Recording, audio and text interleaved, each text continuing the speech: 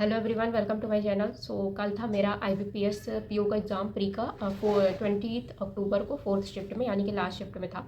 तो पहले तो मैं वीडियो नहीं शेयर करने वाली थी, बट मुझे लगा ठीक है कर देना चाहिए, क्योंकि पता नहीं ये मेरे साथ क्यों होता है। IBPS RRB PO में भी ऐसा हुआ था कि मेरी वाली शिफ्ट थी जो बहुत टफ आई थी, क्वांट तो एक्सट्रीमली टफ आई थी। तो सेम कल वही हो गया फिर से।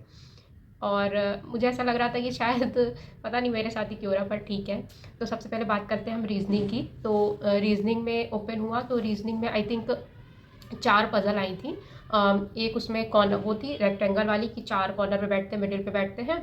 और उसके बाद एक ऑर्डर एक वो थी जो सब स्टाफ और ये मैनेजर असिस्टेंट ऐसे करके जो होती है रैंक वो वाली डेजिग्नेशन वाली। देन उसके बाद 2 उसमें थी, 2 पज़ल और थी, उसमें वेरिएबल थे साथ में। एक आई थिंक फ्रूट्स कीवी ऐसे करके था, तो उसमें बॉक्सेस थे और वेरिएबल थे। और एक और थी उसमें वो भी मेरे से हो गई थी, आई थिंक मंथ बेस्ड थी। तो उसमें भी वेरिएबल थे साथ में, बट वो भी हो गई थी।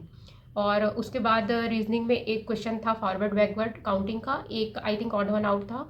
और उसके बाद एक था वर्ड वाला, वही वर्ड फॉर्मेशन का। और सिलॉग्स थे, आई थिंक 4 क्वेश्चन सिलॉग्स थे। देन उसके बाद चाइनीज़ कोडिंग थी। तो ओवरऑल मैंने पहले तो मेरी किस्मत ही ख़राब है, पता नहीं क्या हुआ। पहले मैंने 33 अटैम्प्ट कर लिए थे और मुझे ऐसा लगा, लेकिन वो जो ऑर्डर वाली पजल थी ना, हाइट बेस्ड थी, तो उसमें मैंने एक लाइन नहीं पढ़ी थी, उसको मैंने सही बनाया। 2 क्वेश्चन तो मैंने मार्क कर दिए थे, लेकिन तीसरा क्वेश्चन था उसमें 2 के बीच की हाइट बतानी थी कि इसकी क्या पॉसिबल हाइट हो सकती है। तो उसमें ऐसा था कि 2 से 3 पॉसिबिलिटी आ रही थी, क्योंकि एक की हाइट 173 थी, एक की आई थिंक 167 थी, तो उसमें 168 और 171 दो आ रही थी। तो मुझे ऐसा लगा शायद ये रॉन्ग बनी है, तो मैंने उसको वापस से बनाया, लेकिन फिर वो वही बन रही थी। तो मैंने उसके ना आंसर्स को हटा दिया, जबकि उसमें एक लाइन थी, लास्ट में मैंने चेक नहीं करी, उसमें लिखा था कि हाइट जो थी वो ऑड नंबर में ही होगी, तो 171 उसका आंसर होता। ये मुझे जब मैं आ गई तब मुझे पता चला, मैंने जब लोगों के कमेंट्स देखे दूसरे वीडियोस में कि उसमें ऐसा था। तो वो 3 क्वेश्चन मैंने हटा दिए थे, तो मेरे रीजनिंग में 30 हुए। वैसे 33 होते, अगर एक मैं उसको नहीं भी करती तो 32 हो जाते, पर ठीक है 30 हुए। तो उसके बाद ओपन हुआ इंग्लिश। इंग्लिश में ऐसा था कि जो पैसेज था वो ऑस्ट्रेलिया रिन्यूएबल एनर्जी पे कुछ कर रहा है, ऐसा करके कुछ था। तो हाइड्रोजन फ्यूल ऐसा कुछ उसमें था, मुझे अच्छे से याद नहीं आ रहा। लेकिन उसके जो जितने भी क्वेश्चन थे ना, वो इन्फ्रेंस बेस्ड पे थे मोस्टली। ऐसा नहीं था कि आप डायरेक्ट पढ़ो, आपको सोचना पड़ेगा कि इसका क्या आंसर हो सकता है, वैसा पैसेज था। तो इंग्लिश भी अच्छा मॉडरेट लेवल पे थी। उसमें आई थिंक वर्ड्स टाइप के 2-3 क्वेश्चन थे। उसके बाद क्लोज टेस्ट था सोशल मीडिया पे, लेकिन उसके भी अच्छा था, ऐसा नहीं है कि बहुत ईजी आप डायरेक्ट आंसर करोगे, वो भी अच्छा लेवल था उसका। देन उसके बाद उसमें आई थिंक इरर डिटेक्शन के 3 या 4 क्वेश्चन थे। मैंने 3-4 बार अच्छे से दिया कि कहीं नो इरर तो नहीं पूछ रहा है, लेकिन उसमें इरर ही था। और इंग्लिश में क्या था, इंग्लिश में सेंटेंस रीअरेंजमेंट नहीं आया था। हाँ, तो आई थिंक 15-16 क्वेश्चन डुएबल थे इंग्लिश के, लेकिन बाकी में काफ़ी आपको मतलब मॉडरेट में बोलूँगी लेवल। तो इंग्लिश में मैंने टोटल अटेम्प्ट किए हैं 26। देन उसके बाद बात करते हैं क्वांट की। तो इतने जब मेरे हो गए थे तो मुझे ऐसा लगा कि पेपर अच्छा जा रहा है, लेकिन जब क्वांट ओपन हुआ तो मुझे ऐसा लगा कि ये वापस से RRB PO रिपीट हो गया, प्री जो मेरे साथ हुआ था। क्योंकि जब आपको पेपर मिलता है तो आपको तो ये तो रहता है कि कम से कम अप्रॉक्सीमेशन तो बनेगा, लेकिन उसके अप्रॉक्सीमेशन भी अगर 5 क्वेश्चन अप्रॉक्स थे तो उसमें 2 डुएबल थे, 3 डुएबल ही नहीं थे। आप बोल दो 3 थे ज़्यादा से ज़्यादा, उससे ज़्यादा नहीं। वो मतलब कट ही नहीं थे, 2707 821 अंडर रूट क्यूब रूट, वो कट ही नहीं रहा था, वो पता नहीं कैसे आंसर आ रहे थे। और उसके बाद जो रॉन्ग नंबर सीरीज थी, अगेन वो पॉइंट में दी हुई थी, 4-4 5-5 4-4 नंबर की सीरीज। ऐसा भी नहीं कि कोई छोटी सीरीज है कि चलो इजिली, जैसे अगर 4 रॉन्ग नंबर है तो उसमें 2 मैं बोलूँगी डुएबल थी, 2 तो बिल्कुल नहीं थी। मतलब स्पीड मैट का पार्ट ही ऐसा हो गया था।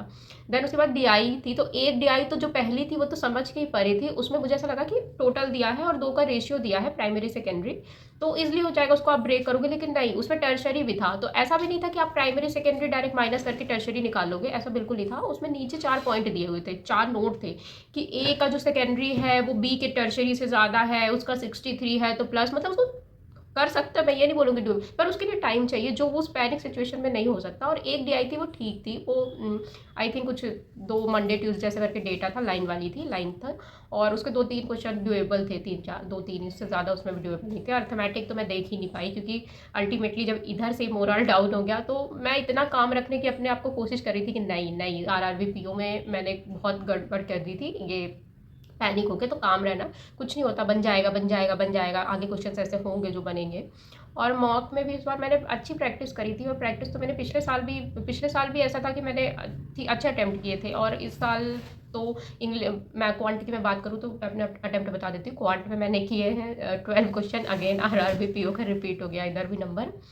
और देखते हैं अब क्या होता है। तो ओवरऑल जो मेरे अटैम्प्ट है वो रीजनिंग में है 30, इंग्लिश में है 26 एंड जो क्वांट में है वो 12, तो ओवरऑल 68 अटैम्प्ट है।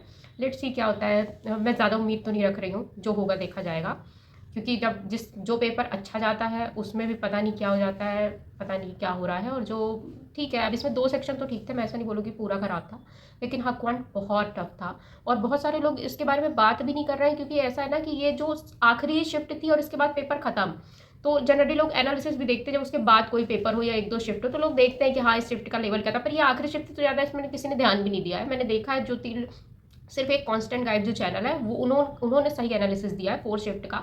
उन्होंने बहुत अच्छे से एक्सप्लेन किया है कि हमारी क्या कंडीशन थी, और क्योंकि उन्होंने जो पोल दिया था उसमें भी बच्चों के जितने भी कमेंट्स थे वो बहुत ही मतलब क्वांट का लेवल तो क्या बोलूँ। मैथ और रीजनिंग और इंग्लिश भी मैं ये नहीं बोलूँगी ईजी थी, मॉडरेट लेवल थी इसमें भी।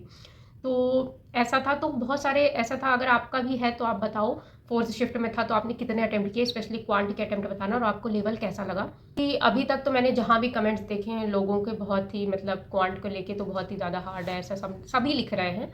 तो अगर आपका भी है तो आप बताओ, और आपको क्या लगता है। कट ऑफ तो मुझे नहीं पता है, बट मेंस के लिए मैं इतना ही कहना चाहूँगी, मेरा लास्ट ईयर का एक्सपीरियंस है कि आप सारे सब्जेक्ट को बराबर टाइम देना, क्योंकि आपको नहीं पता कि मेंस में कौन सा सब्जेक्ट कैसा आएगा। अब किसी की रीजनिंग स्ट्रॉन्ग है तो रीजनिंग को टाइम दे रहे हैं, करंट अफेयर को नहीं दे रहे हैं, इंग्लिश को नहीं दे रहे, और डिस्क्रिप्टिव को नहीं दे रहे। बहुत सारे बच्चों का डिस्क्रिप्टिव का लास्ट ईयर का नहीं निकला था, क्योंकि उन्होंने उसको हल्के में लिया कि ये तो हो जाएगा, तो बहुत कम नंबर मिले थे। देन उसके बाद मैथ में भी बराबर देना कि कभी कभी क्वांट बहुत हाई आता, कभी कभी इंग्लिश बहुत हाई आती, कभी कभी रीजनिंग आती, जीए आता, तो सारे सब्जेक्ट आप इक्वली पढ़ना। बस अब ठीक है, देखते जो होगा, मिलते हैं नेक्स्ट वीडियो में। बाय।